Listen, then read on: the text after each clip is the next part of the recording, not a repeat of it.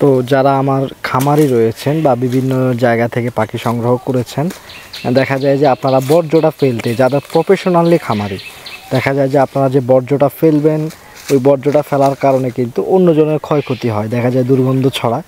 আপনাদের যদি একটু পুকুর থাকে, যে একটা অল্প কিছু জমি বা পুকুর থাকে, আপনারা দুর্গন্ধটা মুক্ত করার জন্য, অনেকেই বলেন যে ভাই আমার ফার্মের চারিদিকে যাওয়া যায় না, দুর্গন্ধজনক সমস্যা আমি ভুগতেছি, এখন আমি কি করতে পারি? তো আপনার জন্য একটি পরামর্শ দেওয়া যায় যে আপনি অবশ্যই একটা পুকুরের মধ্যে কিছু মাগুর মাছ চাষ করুন, মাগুর মাছ চাষ করুন, এবং কি বিষ্ঠাগুলো যা আছে সবগুলো আপনি ওখানে ফেলান, এবং কি পর্যাপ্ত পরিমাণ মাগুর মাছ দেন। আপনার যদি 3000 কোয়েল পাখি হয়, সচরাচর 3000 কোয়েল পাখি হলে আপনি 12 মাস যদি আপনার 3000 কোয়েল পাখি থাকে, তা আপনি 4000 মাগুর মাছ চাষ করতে পারবেন। দেখা যায় যে আমার যে ফার্মিংটা এখন এই পয়েন্টটা যে আপনারা দেখতেছেন, এটা হচ্ছে আমার হ্যাচারি পয়েন্ট। এই সবুজ কালার ঘরটা সহকারে এই সাইডে যে 3টা শেড রয়েছে, এই 3টা শেডই কিন্তু আমার হ্যাচারি। এখানে ফ্যারেন স্টক, ওখানে ফ্যারেন স্টক, এখানে আপনার এই নীল ঘরটাতে আমার হ্যাচিং রুম। আসসালামু আলাইকুম। আজকে আমি আপনাদেরকে আমার যে মাগুর মাছের পুকুরটা রয়েছে, এই পুকুরটা কিছুদিন আগে, প্রায় 3 থেকে 4 দিন আগে, এটা আমি টোটালি পরিষ্কার করে ফেলেছি। যেটার মধ্যে আমি কিছু ওয়েস্টেজ ফেলতাম, যে হ্যাচারির যে বর্জ্যগুলো এবং কি ডিমের পাখির যে বর্জ্যগুলো ছিল, এই বর্জ্যগুলো আমি এখানে ফেলতাম। এখানে আফ্রিকান মাগুর মাছ ছিল। আপনারা প্রায় বিগত 1 বছর আগে একটা ভিডিওতে দেখেছেন যে আমি মাছের রেণু ছাড়ছিলাম এখানে। তো দেখা গেছে যে এই রেণুগুলো অনেকটা বড় হয়ে যাওয়ার কারণে এটা পর্যাপ্ত পরিমাণ খাবার কিন্তু আমি দিতে পারতাম না। দেখা যায় যে আমার এখানে যে ওয়েস্টেজটা হতো আপনার 3000 3500 পাখির ময়লা এবং কি হ্যাচারির যে ময়লা আবর্জনাগুলো রয়েছে, এই ওয়েস্টেজগুলো আসলে আমার এখানে হতো না। দেখা যায় যে মাছগুলো না খেয়ে থাকতে হতো। তো সেই জন্য এই মাছগুলোকে আমি বিক্রি করে দিয়েছি, সেল করে দিয়েছি। পুনরায় আবার এখানে রেণু ফেলবো। তোমরা এগুলো এটা ভিতরে ঢুকাও, ঢুকাও। এই পুকুরের যে ময়লা আবর্জনাগুলো রয়েছে, পলিথিনগুলো, তো এই পলিথিনগুলো আমরা খালে ফেলে দিব এখন।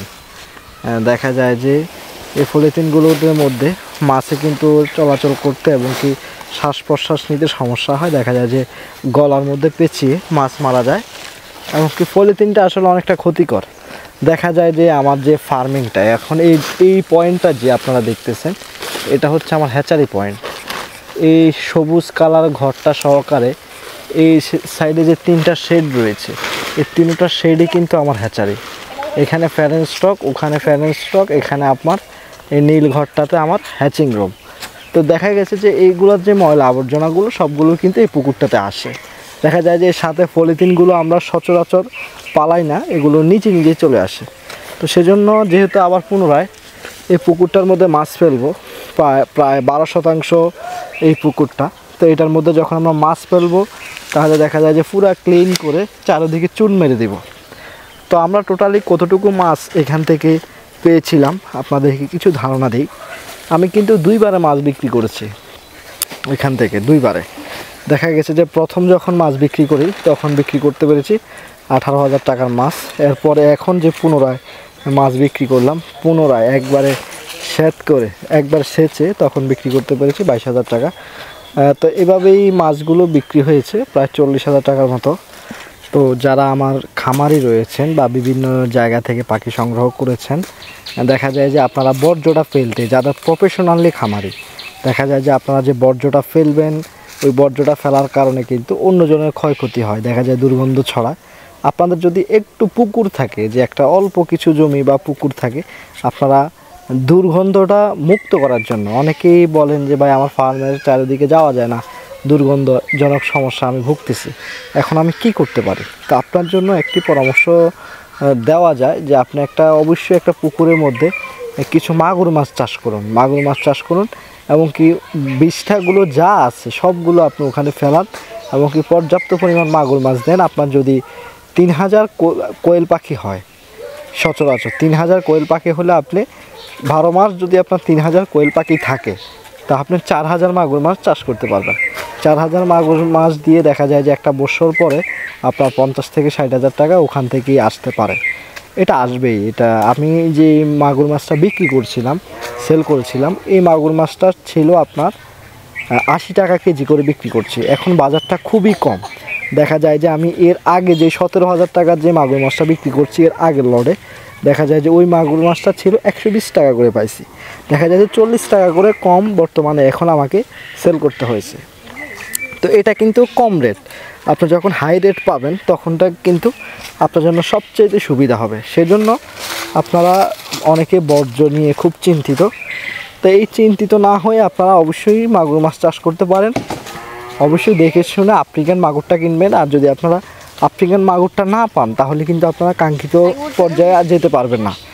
দেখা যায় যে আপনারা যে কাঙ্ক্ষিত রেজাল্ট, ওই রেজাল্টটা পাবেন না। ধীরে ধীরে মাছগুলোকে বিক্রি করে দিবেন।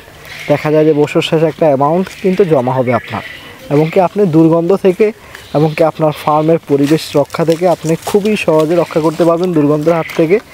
তো এটা আমার জন্য, আপনাদের জন্য একটি খুবই ভালো ভিডিও আমার জানা মতো হবে। তো আপনারা অবশ্যই এই কাজটি করবেন যদি আপনার ফার্মিং করে থাকেন। এটা আপনার জন্য পজিটিভ হবে আশা করি। তো আজকে বন্ধুরা এ পর্যন্তই। পরবর্তী ভিডিওটি দেখার আমন্ত্রণ রইল। যারা এখনও চ্যানেলটি সাবস্ক্রাইব করেননি চাঁদপুর শাহরাস্তি কোয়েল ফার্ম, আপনারা অবশ্যই চ্যানেলটি সাবস্ক্রাইব করে রাখবেন রীতিমতো কোয়েল পাখি বিষয়ে এবং অন্যান্য প্রাণী সম্পর্কে ভিডিও পাওয়ার জন্য। আজকে এ পর্যন্তই। পরবর্তী ভিডিওটি দেখার আমন্ত্রণ রইল। আসসালামু আলাইকুম।